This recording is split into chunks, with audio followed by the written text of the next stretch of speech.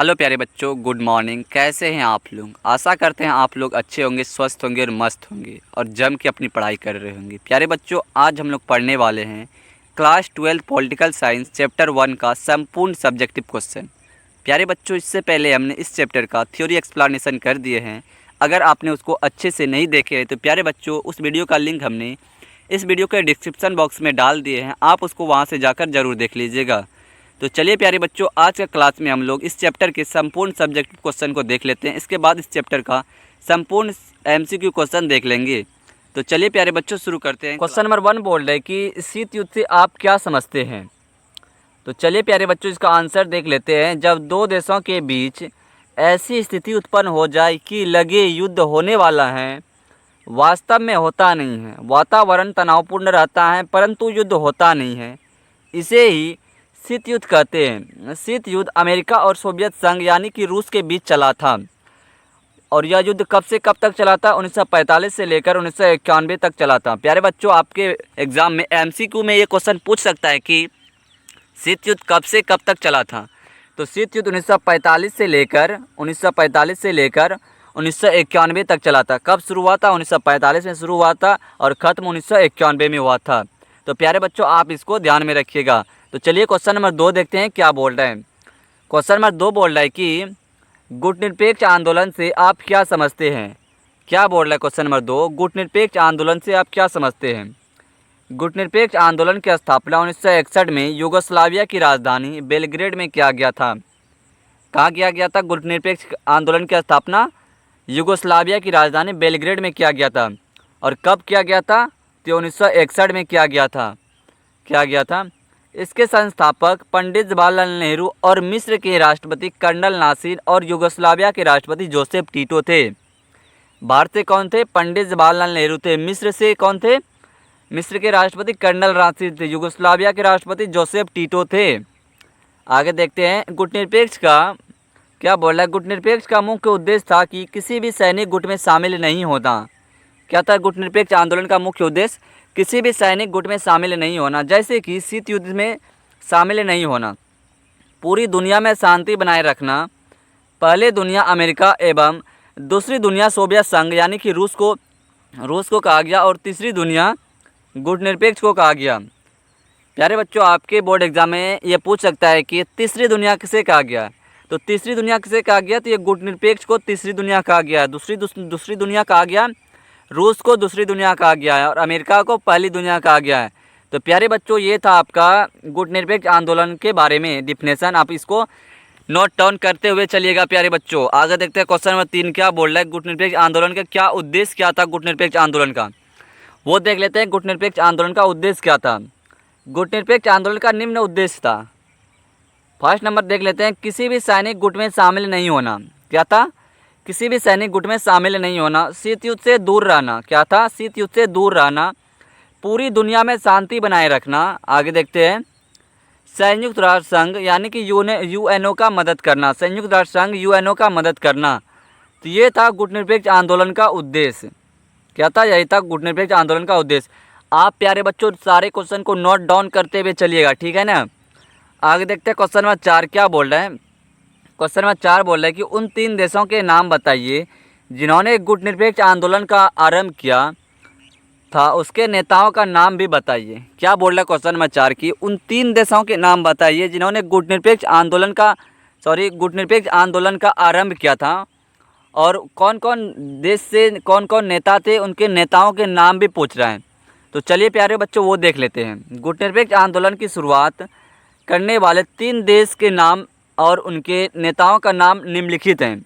आप इसी तरह लिखिएगा एग्ज़ाम में कि गुटनिरपेक्ष आंदोलन की शुरुआत करने वाले 3 देशों के नाम और उनके नेताओं का नाम निम्नलिखित हैं। प्यारे बच्चों, आप इस तरह से लिखेंगे ना, तो आपके बोर्ड एग्जाम में सॉलिड आपको 5 नंबर मिलेंगे। देख लेते हैं। भारत से कौन से थे प्रधानमंत्री? जवाहरलाल नेहरू थे। यूगोस्लाविया से जोसेफ ब्राज टीटो थे और मिस्र के राष्ट्रपति कर्नल नासिर थे। इन नेताओं ने शीत युद्ध के दौरान गुटनिरपेक्ष आंदोलन की शुरुआत की, जिसका उद्देश्य था कि विकासशील देश किसी भी महाशक्ति के गुट में शामिल हुए बिना अपनी स्वतंत्र विदेशी नीति बनाए रखे। तो ये था आपका उन 3 देशों के नाम जिन्होंने गुटनिरपेक्ष आंदोलन का आरंभ किया था और उनके नेताओं के नाम। तो भारत से कौन थे? जवाहरलाल नेहरू। तो आपके बोर्ड एग्जाम में MCQ में ये सारे क्वेश्चन बन सकते हैं कि भारत से कौन सा नेता थे, तो जवाहरलाल नेहरू थे। भारत से कौन थे? जवाहरलाल नेहरू। और यूगोस्लाविया से कौन से? जोसेफ ब्राज टीटो से यूगोस्लाविया से। और मिस्र से कौन थे? कर्नल नासिर थे, मिस्र से थे। तो प्यारे बच्चों, क्वेश्चन नंबर 4 का आंसर आप नोट डाउन कर लीजिएगा। आगे देखते हैं क्वेश्चन नंबर 5 क्या बोल रहा है। क्वेश्चन नंबर 5 देख लेते हैं कि तीसरी दुनिया से आप क्या समझते हैं। एक सेकेंड, क्या बोल रहा है कि तीसरी दुनिया से आप क्या समझते हैं। इसका डिफिनेशन वैसे हम ऊपर दे चुके हैं, आप फिर से देख लीजिए, रिवाइज हो जाएगा। तीसरी दुनिया, दुनिया का ऐसा देश जो किसी भी सैनिक गुट में शामिल नहीं हुआ, जैसे कि गुटनिरपेक्ष शामिल नहीं हुआ और शीत युद्ध से दूर रहा, इसे ही तीसरी दुनिया कहा गया। तीसरी दुनिया में कौन सा देश शामिल नहीं होता? पूरा देश जो गुटनिरपेक्ष में शामिल था वो सब देश शामिल नहीं हुआ था तीसरी दुनिया में। सीधा सा डिफिनेशन इसका, तीसरी दुनिया, दुनिया का ऐसा देश जो किसी भी सैनिक गुट में शामिल नहीं हुए और शीत युद्ध से दूर रहा, इसे ही तीसरी दुनिया कहा गया। तो प्यारे बच्चों, तीसरी दुनिया किसे कहते हैं ये भी आप नोट डाउन कर लीजिएगा। वैसे भी आप इसे समझ चुके होंगे ऊपर ही। आगे देखते हैं क्वेश्चन नंबर 6 क्या बोल रहा है। क्वेश्चन नंबर 6 बोल रहा है कि विश्व व्यापार संगठन से आप क्या समझते हैं।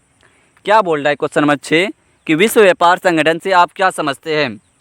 विश्व व्यापार संगठन WTO एक अंतर्राष्ट्रीय संगठन है। क्या है विश्व व्यापार संगठन? WTO एक अंतर्राष्ट्रीय संगठन है जो वैश्विक व्यापार को बढ़ावा देने और इसके नियमों को निर्धारित करने के लिए जिम्मेदार हैं। यह संगठन व्यापार समझौता का निष्पादन करता है, व्यापार विवादों का समाधान करता है और सदस्य देशों के बीच व्यापार नीतियों का समन्वय करता है। इसका स्थापना 1945 में किया गया था। आपके बोर्ड एग्जाम में MCQ में ये क्वेश्चन पूछ सकता है कि विश्व व्यापार संगठन यानी WTO का स्थापना कब हुआ था। तो ये 1945 में हुआ था। कब हुआ था? 1945 में हुआ था विश्व व्यापार संगठन की स्थापना। ये आप नोट डाउन कर लीजिएगा। तो प्यारे बच्चों, आगे देखते हैं क्वेश्चन नंबर 7 क्या बोला। नाटो, नाटो से आप क्या समझते हैं।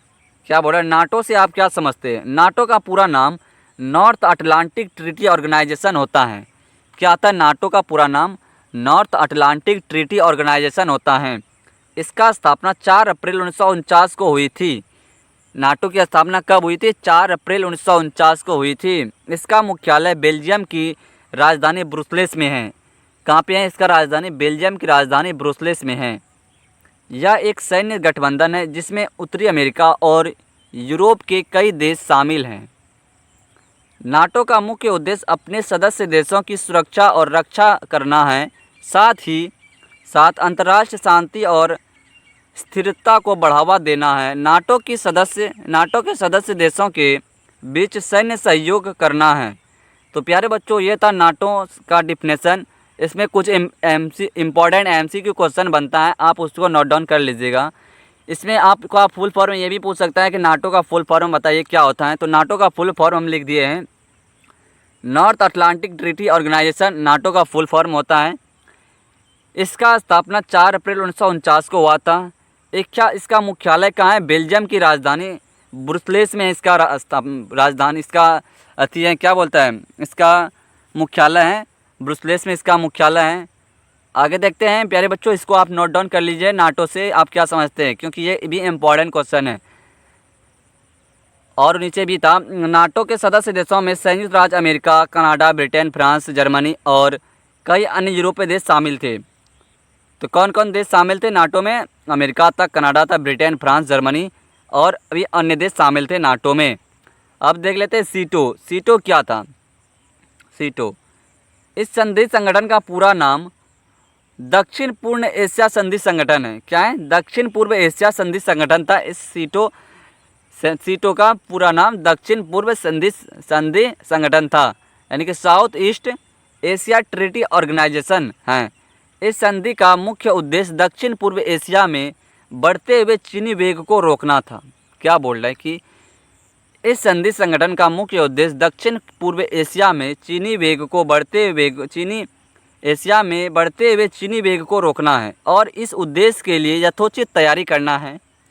इसमें Philippine, Thailand, England, France, Pakistan, Australia, New Zealand तथा अमेरिका जैसे देश शामिल थे। तो ये था आपके सीटों का आंसर। प्यारे बच्चों, इसमें भी कुछ इंपॉर्टेंट आपका क्वेश्चन बनता है एमसीक्यू में कि सीटों का full form South East Asia Treaty Organization होता है। ये भी आप नोट डाउन कर लीजिएगा। जितने हम सब नोट डाउन बोल रहे करने वो सब नोट डाउन कर लीजिएगा एमसीक्यू में, क्योंकि एमसीक्यू बहुत ही इंपॉर्टेंट रोल करता है आपके बोर्ड एग्जाम में। आगे देखते हैं क्वेश्चन नंबर 9 क्या बोल रहा है। सेंटो क्या बोल रहा है। सेंटो क्या का उद्देश्य। सेंटो का पूरा नाम केंद्र संधि संगठन है। क्या है सेंटो का पूरा नाम? केंद्र संधि संगठन होता है, यानी कि सेंट्रल ट्रीटी ऑर्गेनाइजेशन होता है सेंटो का पूरा नाम। कहते हैं क्या बोले, ट्रीटी ऑर्गेनाइजेशन कहते हैं। पहले इसका नाम बगदाद पैक्ट था। क्या बोल रहा है कि सेंट्रल ट्रीटी ऑर्गेनाइजेशन नाम से पहले सेंटो का नाम बगदाद पैक्ट था। जब इसमें तुर्की और ईरान थे 1955 में। कब थे? 1955 में। 1955 में इस गठबंधन में संयुक्त राज्य अमेरिका, इंग्लैंड, ईरान और पाकिस्तान भी शामिल हो गए।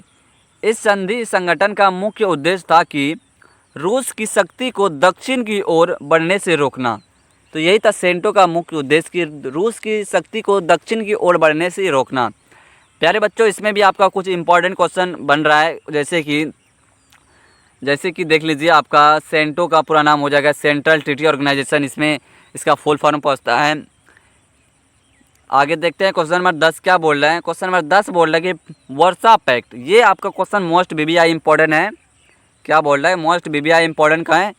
वर्सा पैक्ट का वर्णन कीजिए। इस संधि संगठन में रूस हो जाएगा रूस, अल्बानिया, रोमानिया, पूर्वी जर्मनी, चौकोस्लाविया या हंगरी तथा पोलैंड आदि थे। इस समाजवादी देश ने अपनी संगठन नाटो, सीटो, सेंटो आदि के विरोध में किया। क्या बोल रहा है कि नाटो, सीटो, सेंटो के विरोध में किया था। इसका मुख्य उद्देश्य यह थी कि यदि कोई देश इस संगठन में शामिल किसी देश पर आक्रमण करेगा तो सब मिलकर उसका मुकाबला करेंगे। इसके अलावा कोई भी सदस्य देश की अपनी सेना हो जाएगा, इसका टाइपिंग मिस्टेक है, सेना किसी भी अन्य देश की सरकार की अनुमति से वहां खड़ा रख सकती है। तो यही था आपका वर्सा पैक्ट। तो प्यारे बच्चों, ये आपको क्वेश्चन नोट डाउन कर लीजिएगा। आगे देखते हैं क्वेश्चन नंबर 10 क्या बोल रहे हैं। क्वेश्चन नंबर 10 बोल रहा है कि नई अंतर्राष्ट्रीय अर्थव्यवस्था से आप क्या समझते हैं। क्या बोल रहा है क्वेश्चन नंबर 10 कि नई अंतर्राष्ट्रीय अर्थव्यवस्था से आप क्या समझते हैं। दुनिया में 2 प्रकार के देश हैं। कितने प्रकार के देश हैं दुनिया में? 2 प्रकार के देश हैं। एक विकासशील देश है और दूसरा विकसित देश है। विकासशील देशों की स्थिति बहुत ही खराब होती है, वहीं विकसित देशों की स्थिति बहुत ही अच्छा होती है। विकासशील देशों में गरीबी, बेरोजगारी, भुखमरी होता है और नई अंतर्राष्ट्रीय व्यवस्था के तहत विकासशील देशों की सभी समस्या को दूर किया जा सकता है। तो ये था अंतर्राष्ट्रीय अर्थव्यवस्था का डिफिनेशन। प्यारे बच्चों, ये भी क्वेश्चन आपके बोर्ड एग्जाम में बहुत ही महत्वपूर्ण है, आप इसको नोट डाउन जरूर करिएगा। आगे देखते हैं क्वेश्चन नंबर 11 हो गया। 12 देख लेते हैं क्या बोल रहा है कि शीत युद्ध के कारण की विवेचना करें। आखिर शीत युद्ध का किस कारण हुआ था? कारण क्या था शीत युद्ध होने का कारण? देख लेते हैं। ये शीत युद्ध के कारण निम्नलिखित हैं। क्या है ये क्वेश्चन 5 नंबर का आपके बोर्ड एग्जाम में पूछेगा। आपको ध्यान पूर्वक देखना है इसको कि शीत युद्ध के कारण निम्नलिखित हैं। विचारों में मतभेद। क्या है शीत युद्ध के कारण? विचारों में मतभेद। शीत युद्ध होने का कारण विचारों में मतभेद था। पूरी दुनिया 2 विचारधारा में बढ़ चुकी थी। एक पूंजीवादी विचारधारा था और दूसरा समाजवादी विचारधारा था। क्या था? पूरी दुनिया 2 विचारधाराओं में बढ़ चुकी थी। एक विचारधारा था पूंजीवादी विचारधारा और दूसरी तरफ था समाजवादी विचारधारा। पूंजीवादी विचारधारा का समर्थन अमेरिका कर रहा था। क्या बोल रहा है कि पूंजीवादी का जो विचारधारा वाले देश था उसका समर्थन बड़े देश अमेरिका कर रहा था और जबकि समाजवादी विचारधारा का समर्थन सोवियत संघ यानी रूस कर रहा था। पूंजीवादी का समर्थन अमेरिका कर रहा था और समाजवादी का समर्थन रूस कर रहा था। अमेरिका चाहता था कि पूरी दुनिया में पूंजीवादी को मानने वाला देश हो, वहीं रूस चाहता था कि जिससे टाइपिंग मिस्टेक है रूस हो जाएगा। रूस चाहता था कि पूरी दुनिया में समाजवादी विचारधारा को अपनाने वाला देश हो। क्या बोल रहा है कि अमेरिका चाहता था कि पूरी दुनिया में यानी पूरी वर्ल्ड में पूंजीवादी विचारधारा को मानने वाला देश हो। वहीं रूस चाहता था कि पूरी दुनिया में समाजवादी विचारधारा को मानने वाला देश हो। दोनों के विचारों से ऐसे लग रहा था ताकि दोनों देश आपस में युद्ध करके ही मानेंगे। लग रहा था कि दोनों देश आपस में युद्ध करके ही मानेंगे। युद्ध का पूरा माहौल बन गया। क्या हुआ? दोनों देशों के बीच युद्ध का पूरा माहौल बन गया, लेकिन वास्तव में युद्ध हुआ नहीं।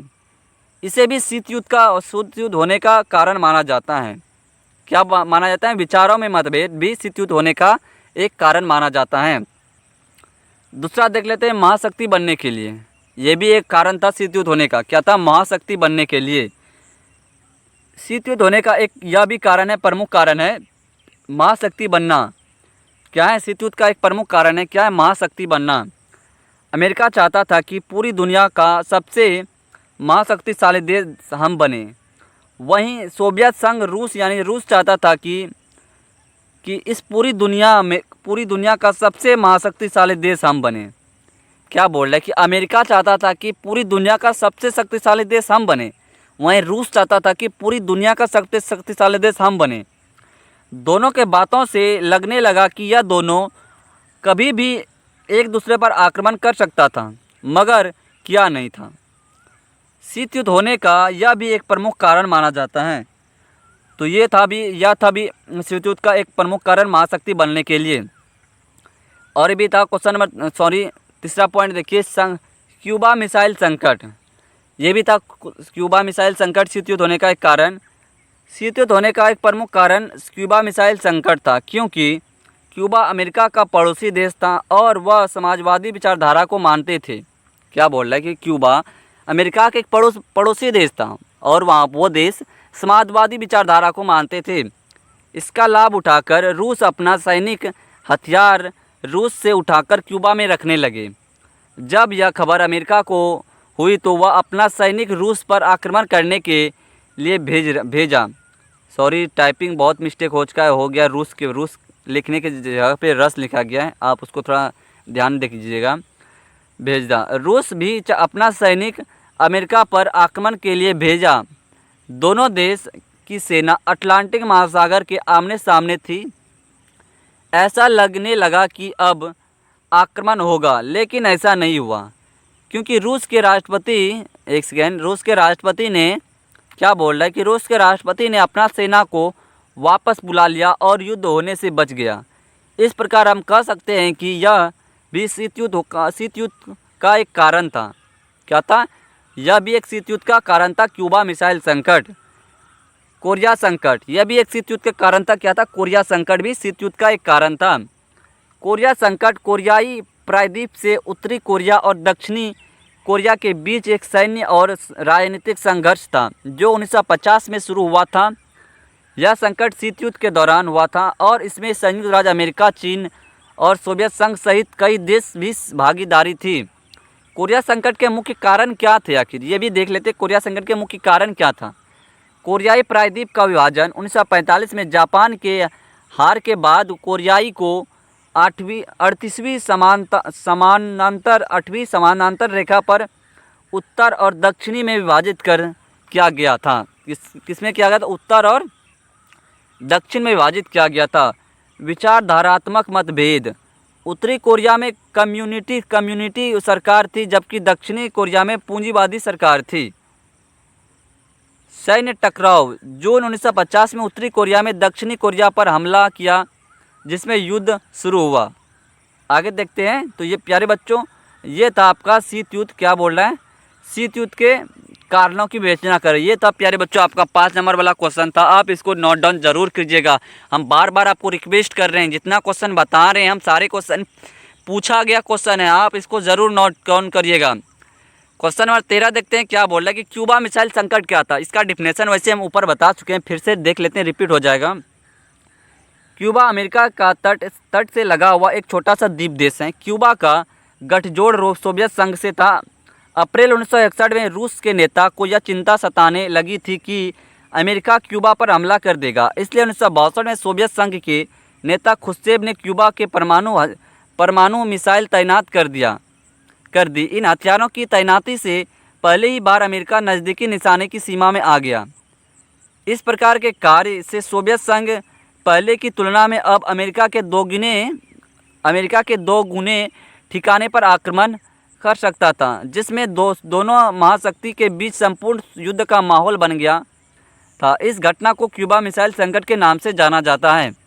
तो प्यारे बच्चों, आप इसको भी नोट डाउन कर लीजिए, क्यूबा मिसाइल संकट। इसको हम 2 बार रिपीट कर दिए हैं। आगे देखते हैं क्वेश्चन नंबर 14 क्या बोल रहा है। एक सेकेंड, क्वेश्चन नंबर 14 देखते हैं क्या बोल रहा है कि विश्व व्यापार संगठन से आप क्या समझते हैं। क्या बोल रहा है कि विश्व व्यापार संगठन से आप क्या समझते हैं। अब जितने भी क्वेश्चन बताएंगे सारा क्वेश्चन 5 नंबर वाला होगा, सारा question most BBI important question होगा। आप नोट डाउन जरूर करिएगा प्यारे बच्चों, ठीक है ना। और प्यारे बच्चों, वीडियो अगर थोड़ा सा भी अच्छा लगा है तो चैनल को सब्सक्राइब जरूर करिएगा और अपने प्यारे प्यारे दोस्तों को शेयर जरूर करिएगा, ठीक है। तो चलिए क्वेश्चन नंबर 14 देखते हैं क्या बोल रहा है कि विश्व व्यापार संगठन WTO एक अंतर्राष्ट्रीय संगठन है। क्या है? WTO एक अंतर्राष्ट्रीय संगठन है जो वैश्विक व्यापार को बढ़ावा देने और इसके नियमों को निर्धारित करने के लिए जिम्मेदार हैं। क्या है? नियमों को निर्धारित करने के लिए जिम्मेदार हैं। इसकी स्थापना 1995 में हुई थी। इसका मुख्यालय जेनेवा यानी स्विट्ज़रलैंड में है। इसमें कुछ MCQ बनाए हैं, जैसे कि विश्व व्यापार संगठन की स्थापना 1995 में हुआ था। इसका मुख्यालय कहाँ है? जेनेवा स्विट्ज़रलैंड में पड़ता है। कहाँ पे? जेनेवा स्विट्ज़रलैंड में पड़ता है। ये आपका था। विश्व व्यापार क्या बोल रहा है? विश्व व्यापार संगठन के मुख्य उद्देश्य, इसका उद्देश्य देख लेते हैं। विश्व व्यापार संगठन का मुख्य उद्देश्य क्या था? इसका वैश्विक व्यापार को बढ़ावा देना। क्या था? विश्व व्यापार संगठन का उद्देश्य वैश्विक व्यापार को बढ़ावा देना। WTA का उद्देश्य वैश्विक व्यापार को बढ़ावा देना था और इसके माध्यम से आर्थिक विकास को बढ़ावा देना। व्यापार के नियमों का निर्धारण, WTO व्यापार नियमों का निर्धारण करता है और उनका पालन सुनिश्चित करता है। आगे देखते हैं आगे क्या बोल रहा है। व्यापार विवादों का समाधान, WTO व्यापार विवादों का समाधान करने के लिए एक मंच प्रदान करता है। वैश्विक व्यापार का संगठन के कार्य क्या थे देख लेते हैं। कार्य भी इसका देख लेते हैं। व्यापार समझौता का निष्पादन, WTO व्यापार समझौता का निष्पादन करता है और उनका पालन सुनिश्चित करता है। व्यापार नीतियों का समीक्षा, WTO सदस्य देशों की व्यापार नीतियों की समीक्षा करता है। आगे देख लेते हैं तीसरा पॉइंट, व्यापार विवादों का समाधान। WTO व्यापार विवादों का समाधान करने के लिए एक विवाद समाधान तंत्र प्रदान करता है। तो प्यारे बच्चों, ये था आपका विश्व व्यापार संगठन से आप क्या समझते हैं। तो इतना सारा डिफिनेशन हम लिख दिए हैं कि आप अगर पूरा लिख देते हैं तो हम 100% की गारंटी देते हैं कि आपके बोर्ड एग्ज़ाम में जो कॉपी चेक करने वाला होगा वो 5 नंबर एकदम ठोक के नंबर देगा, ठीक है ना। आप इतना सारा लिखिएगा, आप ही बताइए 5 नंबर वो देगा क्या नहीं देगा। तो वो ज़रूर देगा 5 नंबर। देख लेते हैं 15 नंबर क्वेश्चन क्या बोल रहा है कि महाशक्तियाँ छोटे देशों के साथ सैन्य गठबंधन क्यों रखती हैं। 5 कारण बताइए। देख लेते हैं 5 कारण इसका। महाशक्तियाँ छोटे देशों के साथ सैन्य गठबंधन क्यों बनाती हैं, देख लेते हैं 5 कारण। पहला कारण था सुरक्षा और सुरक्षा के लिए। महाशक्तियाँ अपने हितों की रक्षा और सुरक्षा के लिए छोटे देशों के साथ सैन्य गठबंधन बनाती हैं। इसमें उन्हें अपने क्षेत्र में स्थिरता और सुरक्षा मिलती है। किसके लिए? स्थिरता और सुरक्षा के लिए महाशक्तियाँ छोटे देशों के साथ गठबंधन करती हैं। पहला नंबर का वही था। आगे देखते हैं दूसरा क्या बोल रहे हैं। प्रभाव क्षेत्र का विस्तार। महाशक्तियाँ अपने प्रभाव क्षेत्र का विस्तार करने के लिए छोटे देशों के साथ सैन्य गठबंधन बनाती हैं। इसमें उन्हें अपनी राजनीतिक और आर्थिक हितों को बढ़ावा देने में मदद मिलती है। सैन्य शक्ति में वृद्धि। महाशक्तियाँ छोटे देशों के साथ सैनिक गठबंधन बनाकर अपनी सैनिक शक्ति में वृद्धि करती हैं। इससे उन्हें अपने प्रतिद्वंदी के सामने मजबूत स्थिति में रहने में मदद मिलती है। तो इस कारण भी सैनिक महाशक्तियाँ छोटे देशों के साथ गठबंधन करती हैं। आगे देखते हैं रणनीति स्थिति। महाशक्तियाँ छोटे देशों के साथ सैन्य गठबंधन बनाती हैं जो रणनीतिक रूप से महत्वपूर्ण स्थानों पर स्थिर होती है। इसमें उन्हें अपनी सैन्य और आर्थिक हितों को सुरक्षित करने में मदद मिलती है। 5वां पॉइंट देखिए, आर्थिक लाभ। महाशक्तियाँ छोटे देशों के साथ सैन्य गठबंधन बनाकर आर्थिक लाभ प्राप्त कर सकती हैं। इससे उन्हें व्यापार और निवेश के अवसर मिलते हैं और उन्हें आर्थिक हितों को बढ़ावा मिलता है। तो प्यारे बच्चों, ये था आपका महाशक्तियाँ छोटे देशों के साथ गठबंधन क्यों बनाती हैं। इसका आंसर आप नोट डाउन कर लीजिए हैं। लास्ट क्वेश्चन देखते हैं, क्वेश्चन नंबर 16 क्या बोल रहा है कि विश्व बैंक क्या है। क्या बोल रहा है, विश्व बैंक क्या है। विश्व बैंक एक अंतर्राष्ट्रीय वित्तीय संस्था है जो विकासशील देशों को आर्थिक विकास और गरीब उन्मूलन को मदद करने के लिए ऋण अनुदान और तकनीकी सहायता प्रदान करता है। इसका स्थापना 1944 में हुई थी और इसका मुख्यालय वाशिंगटन डीसी यानी कि संयुक्त राज्य अमेरिका में है। विश्व बैंक की मुख्य उद्देश्य क्या है, देख लेते हैं इसका उद्देश्य। गरीबी उन्मूलन। विश्व बैंक का मुख्य उद्देश्य गरीबी उन्मूलन और आर्थिक विकास को बढ़ावा देना है। क्या है, गरीबी उन्मूलन और आर्थिक विकास को बढ़ावा देना। आर्थिक विकास, वैश्विक बैंक विकासशील देशों को आर्थिक विकास में मदद करने के लिए ऋण और अनुदान प्रदान करता है। मानव विकास देख लेते हैं। मानव विकास, विश्व बैंक मानव विकास के क्षेत्र में भी काम करता है, जैसे कि शिक्षा, स्वास्थ्य और सामाजिक सुरक्षा, इस पे भी काम करता है। विश्व बैंक के कार्य देख लेते हैं। विश्व बैंक के कार्य क्या क्या है। ऋण और अनुदान, ये भी कार्य हैं विश्व बैंक के। विश्व बैंक विकासशील देशों को ऋण और अनुदान प्रदान करता है जो विभिन्न विकास परियोजनाओं के लिए उपयोग किए जाते हैं। तकनीकी सहायता, विश्व बैंक विकासशील देशों को तकनीकी सहायता प्रदान करता है जो उन्हें अपने विकास लक्ष्यों को प्राप्त करने में मदद करती है। आगे देख लेते हैं नीति सुधार। विश्व बैंक विकासशील देशों को नीति सुधार में मदद करती हैं जो उन्हें आर्थिक विकास को बढ़ावा देती हैं। तो प्यारे बच्चों, आपका चैप्टर नंबर 1 का संपूर्ण सब्जेक्टिव क्वेश्चन ख़त्म हो चुका है। हम आशा करते हैं कि अगर आप इस सारे क्वेश्चन को देख लेते हैं तो हमें 100% की गारंटी देता हूं कि इस चैप्टर से एक भी क्वेश्चन आपके बोर्ड एग्जाम में नहीं पूछेगा। ठीक है, अगर आप इस चैप्टर के संपूर्ण निचोड़ MCQ क्वेश्चन चाहते हैं तो प्यारे बच्चों, कमेंट सेक्शन खुला हुआ है, वहाँ पे कमेंट करना ना भूलें। मिलते हैं इसी तरह के दूसरे वीडियो में, तब तक के लिए जय हिंद, वंदे मातरम।